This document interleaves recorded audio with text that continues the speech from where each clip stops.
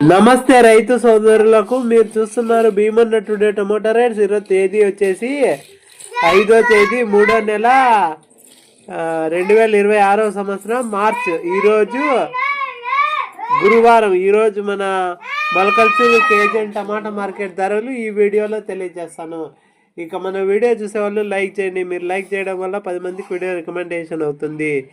ఇక మన మొలకల్చూరు కేజీ టమాటా మార్కెట్ ధరలు చూసుకుంటే కనుక 6 గంటల 30 నిమిషాల వరకు జరిగిన వేలంపాట ధరలు చూసుకుంటే ఇంకా సూపర్ టాప్ వచ్చేసి 170 రూపాయలు.